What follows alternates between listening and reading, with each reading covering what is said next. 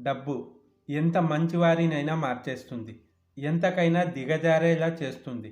నేను ఈ మాట చెప్పడానికి కారణం బెంగళూరులో జరిగిన ఒక సంఘటన.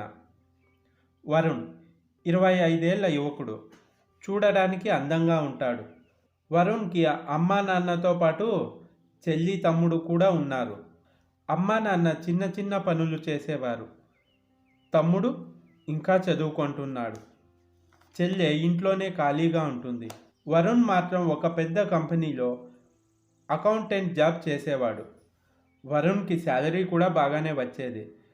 కానీ వరుణ్ కష్టపడి సంపాదించిన డబ్బు ఫ్యామిలీ మొత్తానికి ఖర్చు చేయడం తనకి ఇష్టముండేది కాదు. ఒకరోజు తన ఆఫీస్ నుండి ఇంటికి వెళ్తున్న రోడ్డులో ఒక బస్ స్టాప్ ఉంది. అక్కడ ఒక అమ్మాయిని చూశాడు వరుణ్. ఆ అమ్మాయి వరుణ్కి బాగా నచ్చింది. ఆ అమ్మాయిని ఫాలో అయ్యాడు. తర్వాత తెలిసింది ఆ అమ్మాయి వాళ్ళ పక్క ఊరు అమ్మాయి అని. ఇన్ని రోజులు హాస్టల్లో ఉండి చదువుకుంది అని. ఆ అమ్మాయి పేరు రియా. 22 ఏళ్ల అందమైన అమ్మాయి. అందంతో పాటు మంచి వ్యక్తిత్వం కలిగిన అమ్మాయి. రియా నర్స్ కోర్స్లో ఇంకా చదవాలి అనుకుంటుంది. రోజు వరుణ్ బైక్లో రియాని ఫాలో అయ్యేవాడు. వరుణ్ ఫాలో అవుతున్నట్టు రియాకు కూడా అర్థమైంది. ఒకరోజు రియాకి ప్రపోజ్ చేశాడు వరుణ్. అప్పటికే వరుణ్ గురించి తెలుసుకున్న రియా వెంటనే ఓకే చెప్పింది. అలా వారి ప్రేమ ప్రయాణం కొద్ది రోజులు కొనసాగింది.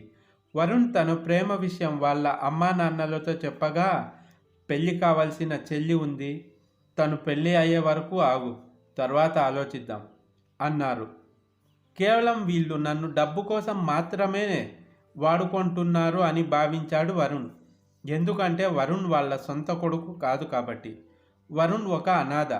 పిల్లలు పుట్టారు అని వరుణ్ని తెచ్చి పెంచే టైంలో వారికి ఒక కూతురు కొడుకు పుట్టారు. అప్పటి నుండి వరుణ్ని తక్కువగా చూసేవారు. కానీ వరుణ్ కష్టపడి చదువుకొని జాబ్ తెచ్చుకున్నాడు. ఇంకా వీరితోనే ఉంటే జీవితంలో చాలా కోల్పోవాల్సి వస్తుందని ఆలోచించాడు. మరుసటి రోజు రియాతో పెళ్లి విషయం గురించి మాట్లాడాడు. మా అమ్మా నాన్నతో మాట్లాడి చెప్తా, నాకు కాస్త టైం కావాలి అంది రియా. అలా కొన్ని రోజులు గడిచిపోయాయి. ఒకరోజు రియానే, వరుణ్, మా అమ్మా నాన్నతో మాట్లాడాను, వారికి ఎటువంటి ప్రాబ్లము లేదు, కానీ మీ అమ్మా నాన్న ఒప్పుకుంటేనే పెళ్లి చేస్తామన్నారు. మనం కొద్ది రోజులు ఆగుదాం, ఈలోపు నా నర్సింగ్ కోర్స్ కూడా అయిపోతుంది అని చెప్తుంది. రియా మాటలకి వరుణ్, మనం పెళ్లి చేసుకున్న తర్వాత కూడా నువ్వు చదువుకోవచ్చులే అని చెప్తాడు వరుణ్. కానీ మీ ఫ్యామిలీ ఒప్పుకోరు కదా అన్న రియాతో, రియా, నిజంగా నీకు నేనంటే ఇష్టమా అంటాడు వరుణ్. ఎందుకు వరుణ్ అలా అడుగుతున్నావు అన్న రియాతో, మా ఫ్యామిలీ అంత త్వరగా ఒప్పుకోరు, ఎందుకంటే వాళ్ళకి నేను అవసరం అంతే, నన్ను ఒక డబ్బులిచ్చే యంత్రంగా మాత్రమే చూస్తున్నారు. దానికి కారణం నేను వాళ్ళ సొంత కొడుకు కాదు కాబట్టి అని జరిగింది చెప్తాడు వరుణ్. కొద్దిసేపు మౌనం తర్వాత, మరి ఇప్పుడు ఏం చేద్దామంటావు వరుణ్? నువ్వెవరైనా సరే నాకు ఇష్టమే. నేను నిన్ను మాత్రమే ప్రేమించా, నీ ఫ్యామిలీని కాదు, నీ జాబ్ని కాదు. మనం కలిసి ఉండాలంటే ఏం చేయాలి అని అడుగుతుంది రియా. మనం పెళ్లి చేసుకుందాం, తర్వాత నువ్వు కావాలంటే చదువుకో, నాకేం ప్రాబ్లం లేదు. నా కోసం ఒక మనిషి ఉన్నారు అనే ఫీలింగ్ ఉంది చూడు, అది చాలు నాకు. మా ఫ్యామిలీ ఒప్పుకుంటేనే మీ ఫ్యామిలీ ఒప్పుకునేది, కానీ మా వాళ్ళు ఒప్పుకోరు.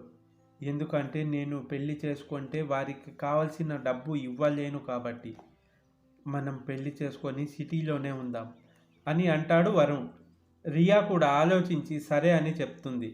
వారంలోపే వరుణ్ రియా పెళ్లి చేసుకుంటారు.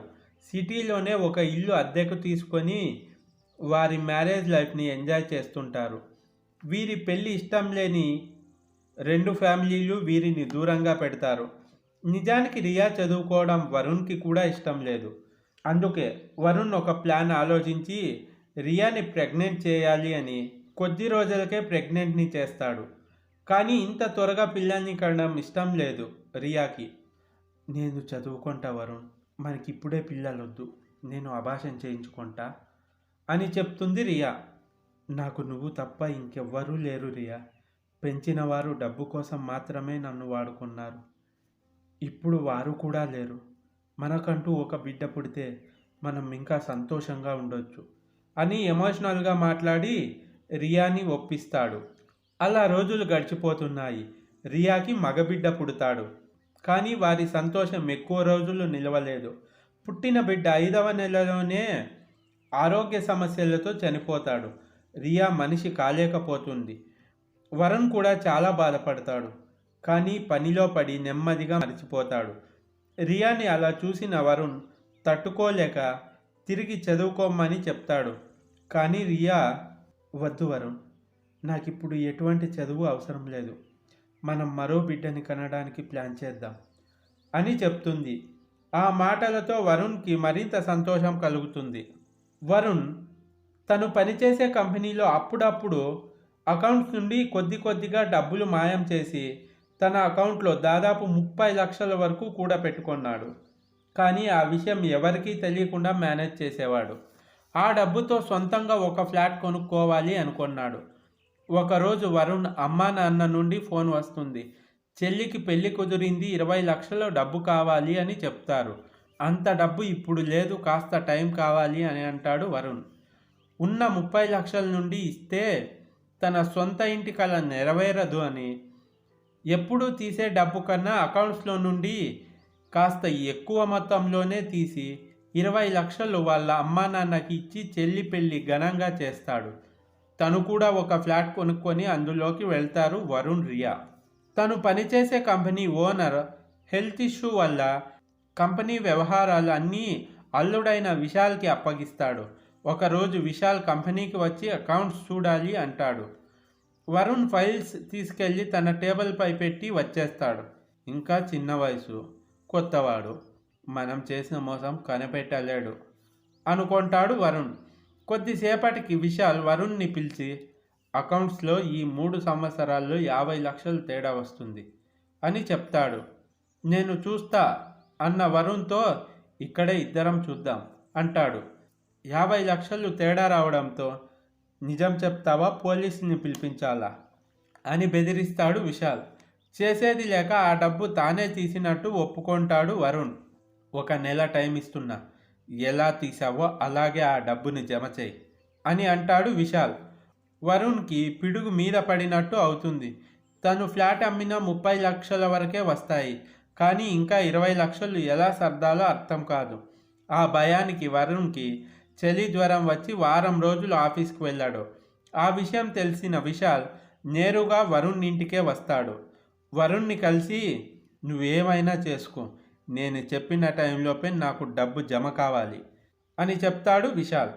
మరుసటి రోజు ఆఫీస్కి వెళ్ళిన వరుణ్ విశాల్ దగ్గరికి వెళ్ళి, సార్, నేను 30 లక్షల వరకు జమ చేస్తా, మిగిలిన డబ్బు నా శాలరీలో నుండి కట్ చేసుకోండి అని చెప్తాడు. కానీ దానికి విశాల్ ఒప్పుకోడు. ఒకేసారి కట్టాలి అని చెప్తాడు. వరుణ్కి ఏం చేయాలో అర్థం కాదు. అప్పుడు విశాల్, ఆ డబ్బు మొత్తం ఒకేసారి తీర్చే దారి ఒకటి ఉంది అని చెప్తాడు. ఏంటి సార్ అది అన్న వరుణ్తో, నీ భార్య మొన్న ఇంటికి వచ్చినప్పుడు చూశాను. నీ భార్యని ఒక 6 నెలలు నేను అడిగినప్పుడల్లా నా దగ్గరికి పంపిస్తే నువ్వు 1 రూపాయి కూడా కట్టాల్సిన అవసరం లేదు. బాగా ఆలోచించుకో అని చెప్తాడు విశాల్. ఆ మాటకి వరుణ్ కాళ్ళ కింద భూమి కంపించినట్టు అవుతుంది. ఏం చేయాలో అర్థం కాదు. ఒకవైపు తన జీవితం, మరోవైపు భార్య జీవితం. తేల్చుకోలేకపోతాడు వరుణ్. ఆ రోజు సాయంత్రం ఇంటికి వెళ్తాడు. ఈ విషయం భార్యకి ఎలా చెప్పాలో అర్థం కాదు. చివరికి ధైర్యం చేసి రియాకి జరిగిందంతా చెప్పి, నాకు మరో దారి కనిపించడం లేదు, ప్లీజ్ ఒప్పుకో రియా అంటాడు.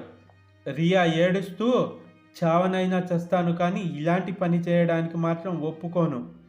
కావాలంటే ఈ ఫ్లాటు, నా నగలు అన్నీ అమ్మేద్దాం అని చెప్తుంది రియా. మరుసటి రోజు సాయంత్రం రియాతో, ఐఎమ్ సారీ రియా, నిన్న ఏం చేయాలో తెలియక అలా అడిగాను అని చెప్తాడు. ఇద్దరు వరుణ్ తెచ్చిన బిర్యానీ తింటారు.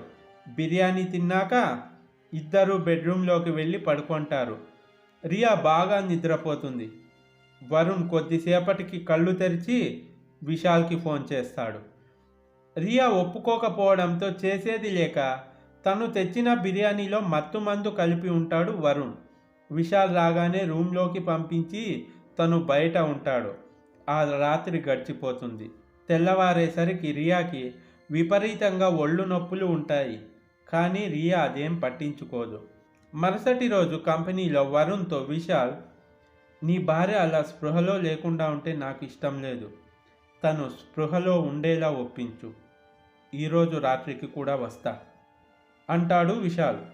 అప్పటికే వరుణ్ ప్లాన్గా ముందు రోజు రాత్రి వారి రూమ్లో కెమెరా ఉంచి ఉంటాడు. రియాతో మళ్ళీ అదే విషయం అడగ్గా తాను ఒప్పుకోదు. నువ్వు అతనితో నిన్న రాత్రి మొత్తం గడిపావు అని వీడియో చూపిస్తాడు వరుణ్. భర్త చేసిన పనికి కోపంతో తిరగబడి కిచెన్లో నుండి కత్తి తెచ్చి పొడిచి వరుణ్ని చంపుతుంది రియా. తర్వాత తానే వెళ్ళి పోలీసులకి సరెండర్ అయ్యి జరిగింది మొత్తం చెప్తుంది. రియాకి శిక్ష కూడా పడుతుంది. డబ్బు, కామం మనిషి ఎంతకైనా దిగజారేలా చేస్తాయి. డబ్బు కోసం భార్యని బాస్ పక్కన పడుకోబెట్టి చివరకు భార్య చేతిలోనే దారుణంగా చచ్చిపోయాడు వరుణ్. విశాల్కి ఉన్న కామ కోరికల వల్ల ఒక పచ్చని కాపురం కూలిపోయింది. అందుకే ఒక తప్పు చేసి ఎవరూ చూడలేదు అనుకుంటే మాత్రం చాలా పెద్ద తప్పు. కర్మ ఎవరినీ వదిలిపెట్టదు. వడ్డీతో సహా తిరిగి ఇచ్చేస్తుంది. కన్నవారిని కాదనుకొని ప్రేమించిన వాడిని నమ్మి వచ్చిన రియా జీవితం ప్రశ్నార్థకంగా మారిపోతుంది. ఈ వీడియో మీకు ఎలా అనిపించిందో కమెంట్ చేసి, ఈ స్టోరీ నచ్చితే లైక్ చేసి మన ఛానల్ను సబ్స్క్రైబ్ చేసుకోండి friends. Thanks for the watching.